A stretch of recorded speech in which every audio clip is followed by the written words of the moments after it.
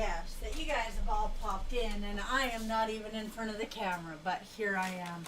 Okay, well, we're going to try and make some cheese buns today, but I'll tell you what, I am going to go on a bit of a rant today. So I was doing some research, as I often do, last night, and I came upon this medication. It's actually an injection that people can give themselves, and it promotes weight loss. It says, it claims. But in order for this shot to work, you have to have a reduced calorie diet and exercise. So I want to talk about this shot and what it is and whether or not it's reasonable, because I'll tell you what, if it's reasonable and I can go back to eating chocolate bars and cake and pasta and all that kind of stuff, I am in. So let's talk about what this shot is. Well, it doesn't actually tell you what it is. What it says is it works like a GLP-1 in your system. Now, a GLP-1 is a glucagon-like peptide. That's a whole lot of scientific jargon. So let's talk about what that is. A glucagon-like peptide is something that your body creates and releases. Now, keep in mind, not a doctor, not a scientist, not a nurse practitioner, just somebody who's curious and loves to do research, and I like to think that I'm fairly logical, so let's talk about this. A glucagon-like peptide, GLP-1, is something that your body releases after you've eaten, and it slows down the absorption of nutrients, so not really sure how that's a good thing.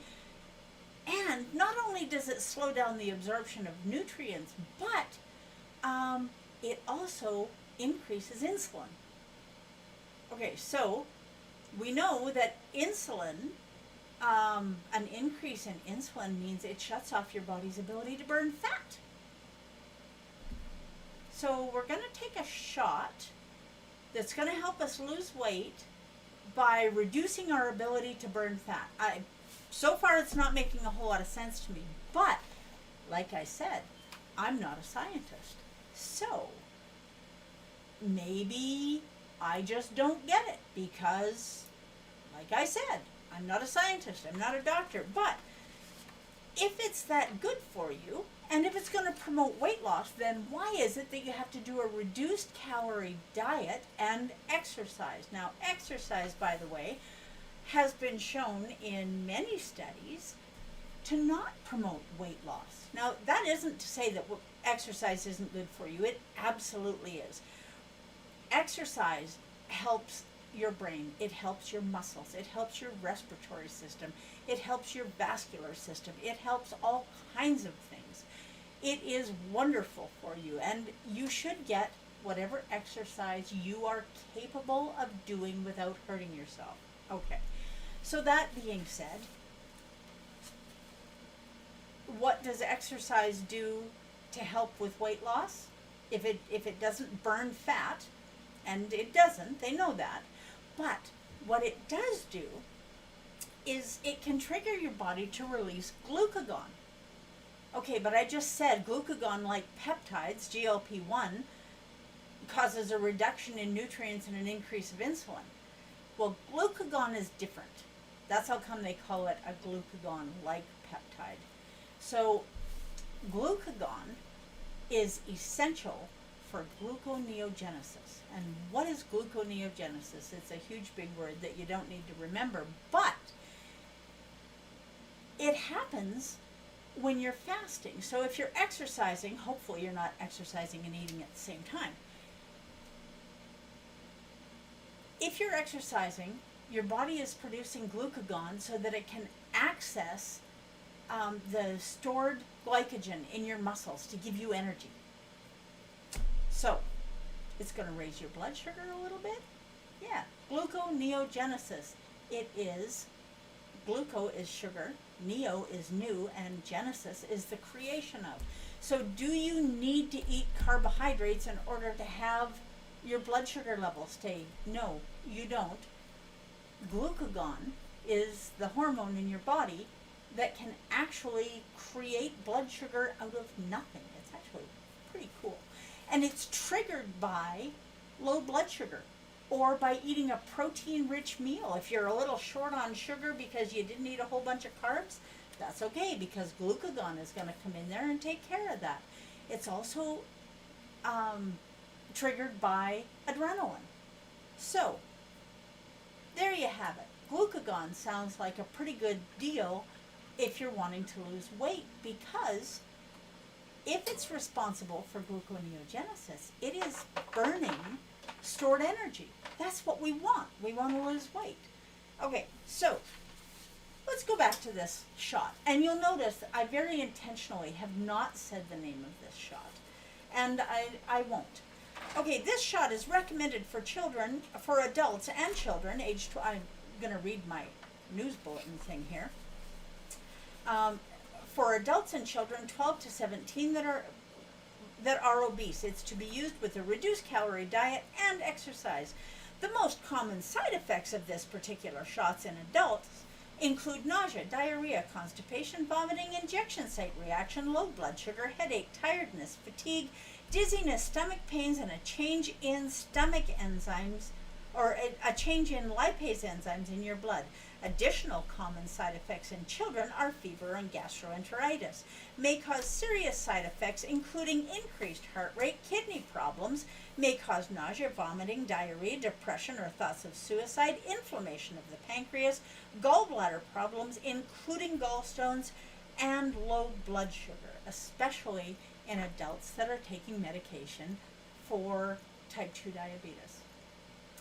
Good morning, Joe. So even when my production crew is not here, they show up online to support me. That's awesome.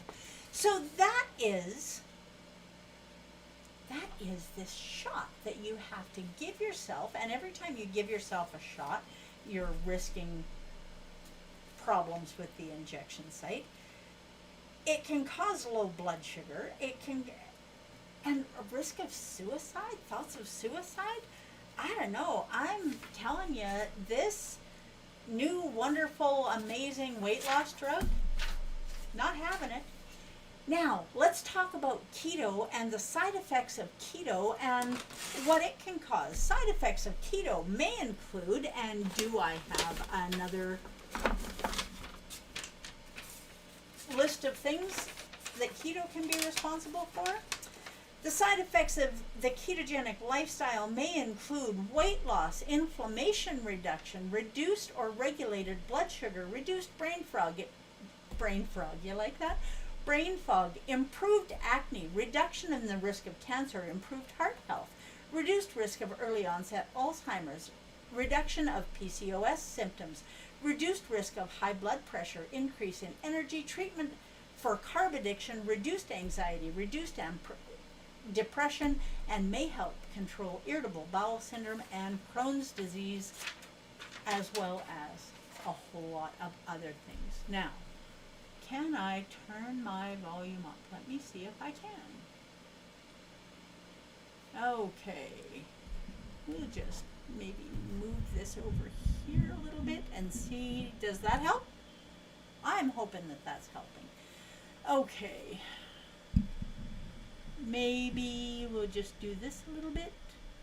Nope, we'll do this a little bit. Okay, now we're getting there. There, I think that maybe has it.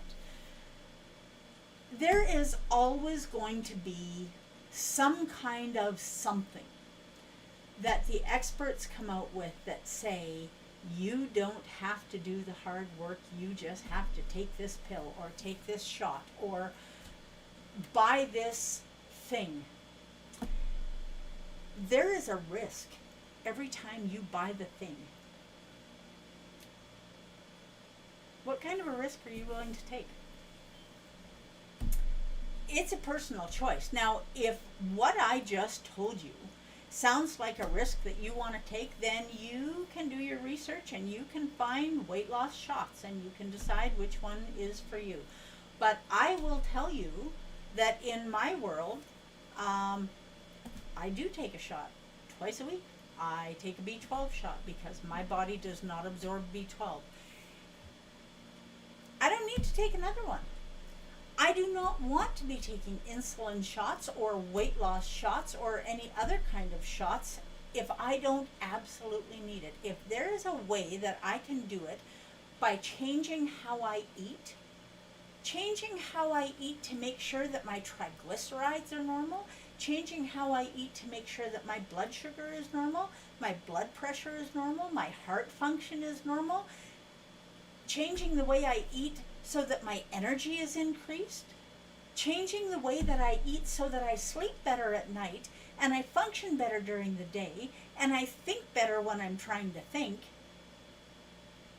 If I can change the way I eat and accomplish all of that, guess what? I'm changing the way I eat because I have to go to the grocery store and buy groceries anyway. That is a fact. So, that being a fact, everyone has to make their own choice.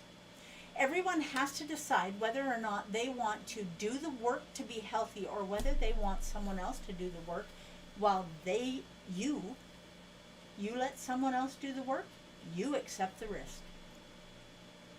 That's just the way it is. So if you want to eat cake and candy and chocolate bars and pasta and potatoes and carb-filled foods, you have that right. You absolutely have that right.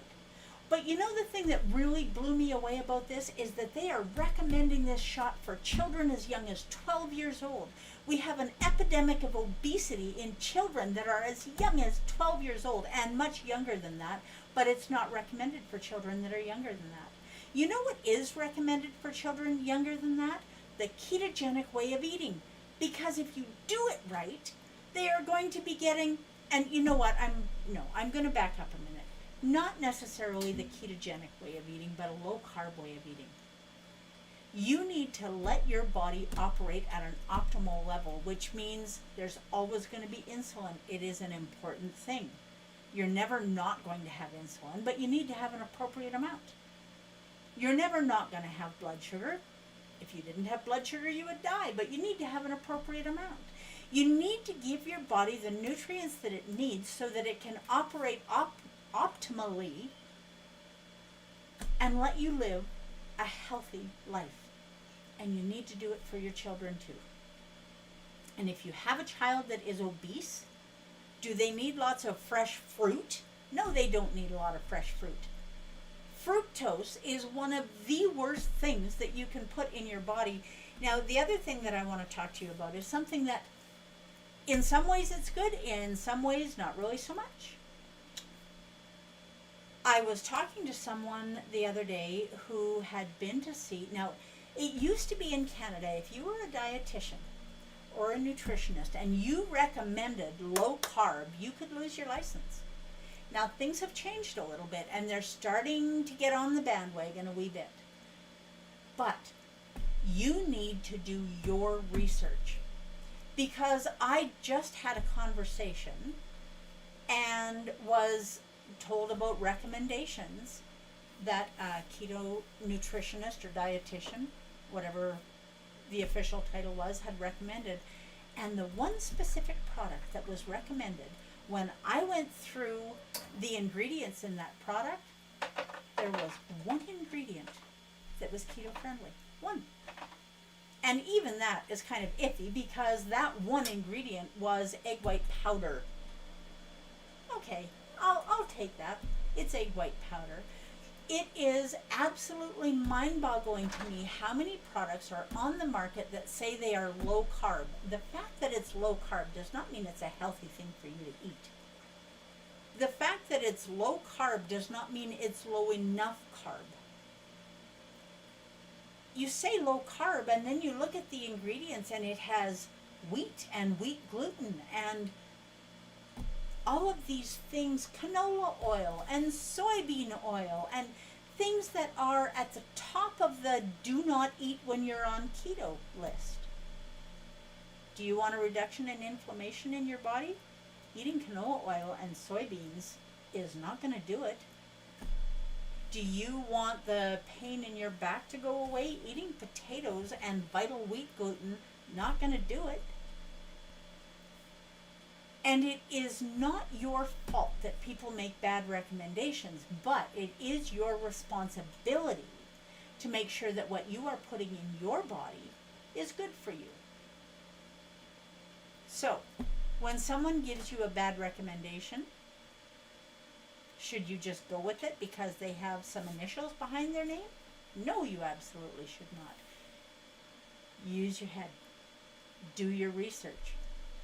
If you have somebody talking out one side of their mouth and saying keto is a good thing to do and it can help your health, and out the other side of their mouth they're saying please use this product that has canola oil and soybean oil and vital wheat gluten, and those two things don't ever meet in the middle.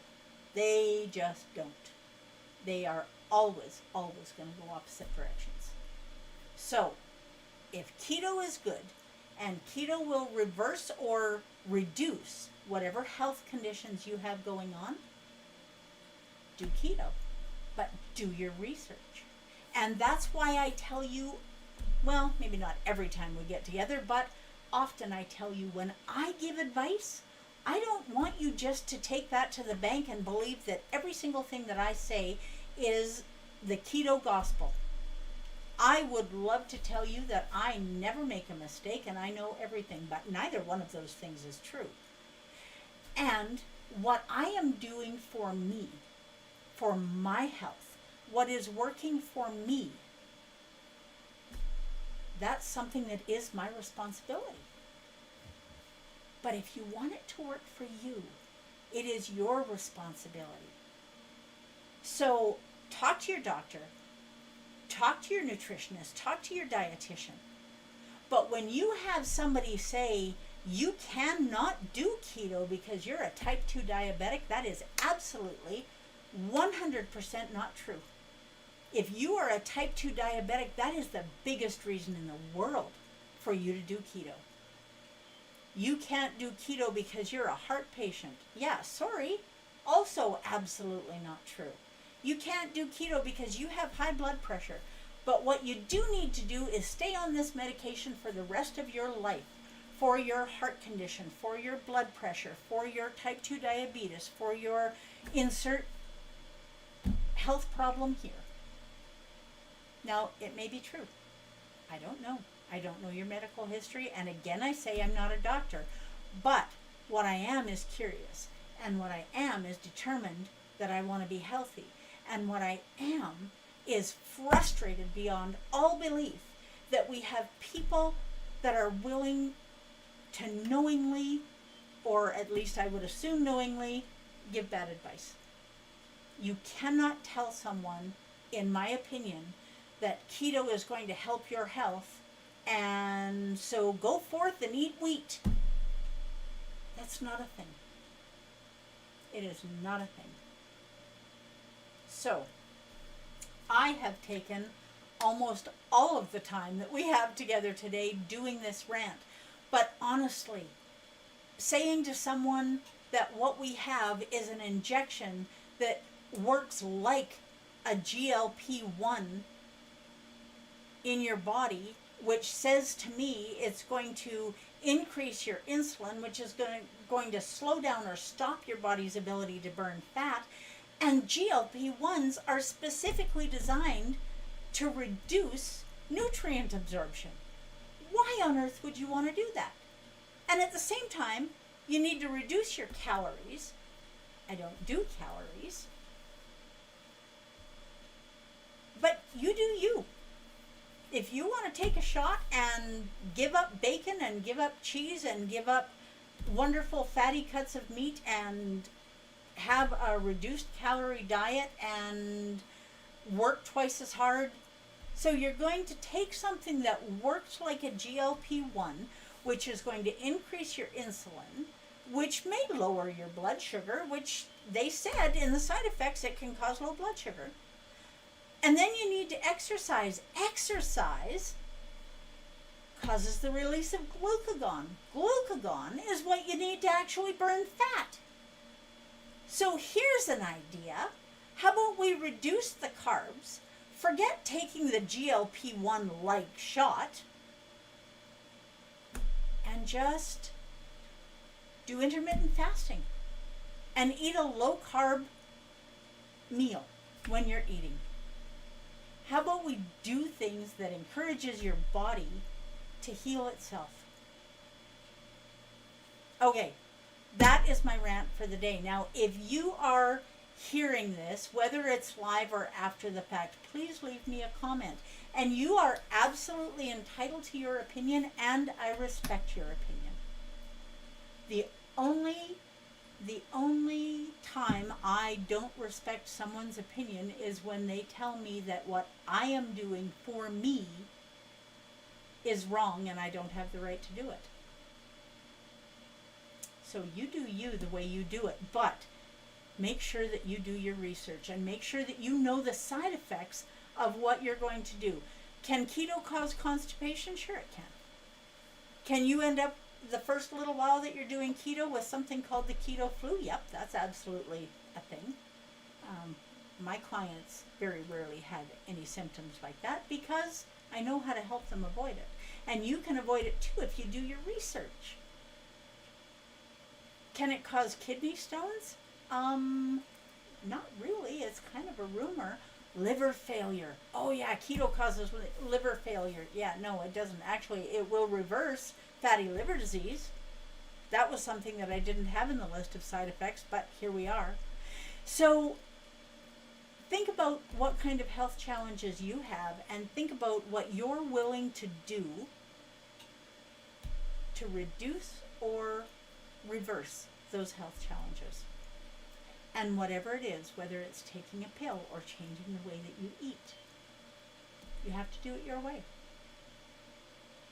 Now, if you think this is going to help someone that you know, please send them this video. Email them a link, share it on your Facebook page. Do whatever it is you would like to do to help them get this information.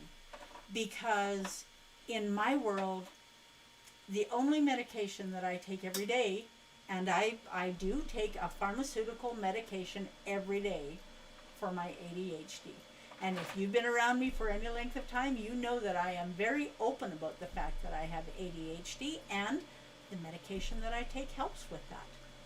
Do I take any other medication? No. Do I take some supplements? I do. And I encourage you to use your food as your medicine. That's what I do. And I do take some supplements, and I very intentionally don't talk about what I take because you have to do your own research. I don't want people doing something just because I do it. I want them to do it because it's right for them. I want them to do it because it's beneficial for them and for their families. I want people to start living a healthier lifestyle, whatever that looks like for them. So, we did not get cheese buns made today, so I'm going to have to do that once we're done here. But I really hope that you will take some time to think about what I've said, and that you will do your research when someone recommends another pharmaceutical something. It is not that I don't believe in pharmaceuticals. I absolutely do. I have seen them do miraculous things for people, whether it's managing pain after surgery or after an accident or managing my ADHD.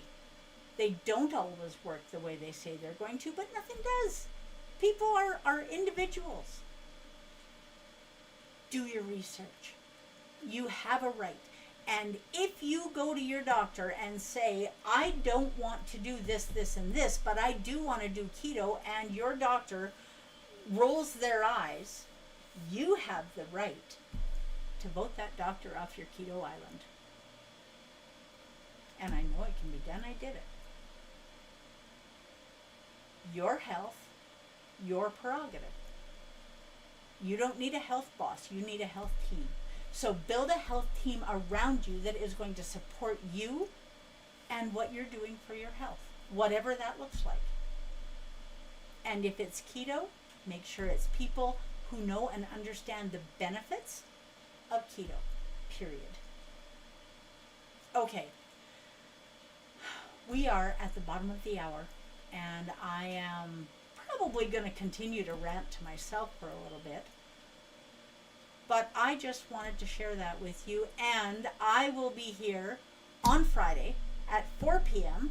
and again on Sunday at 10 a.m. And on Friday, we are going to be out at the barbecue with salmon.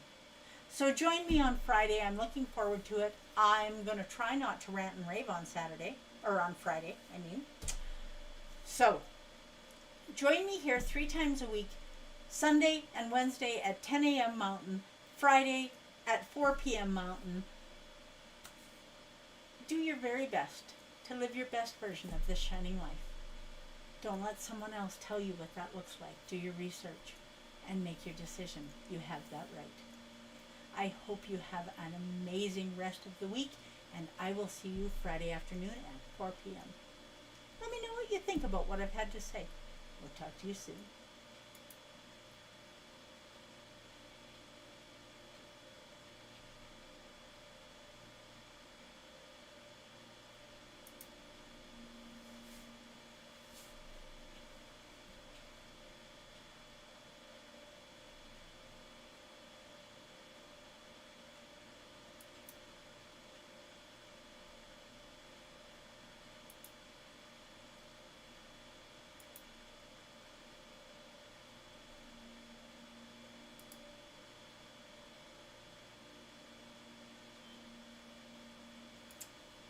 Now, I am not actually sure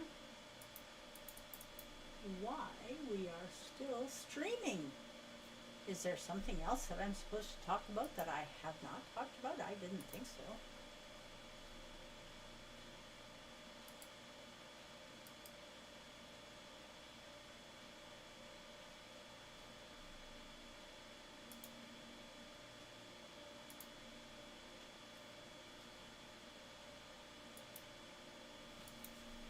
Okay, I do not know what's going on here. If you are still hanging out and I am still streaming live, let me know, because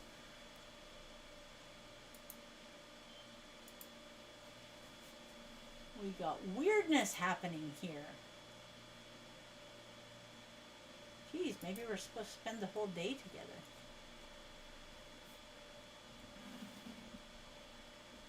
Well, thank you, Sherry. I appreciate that.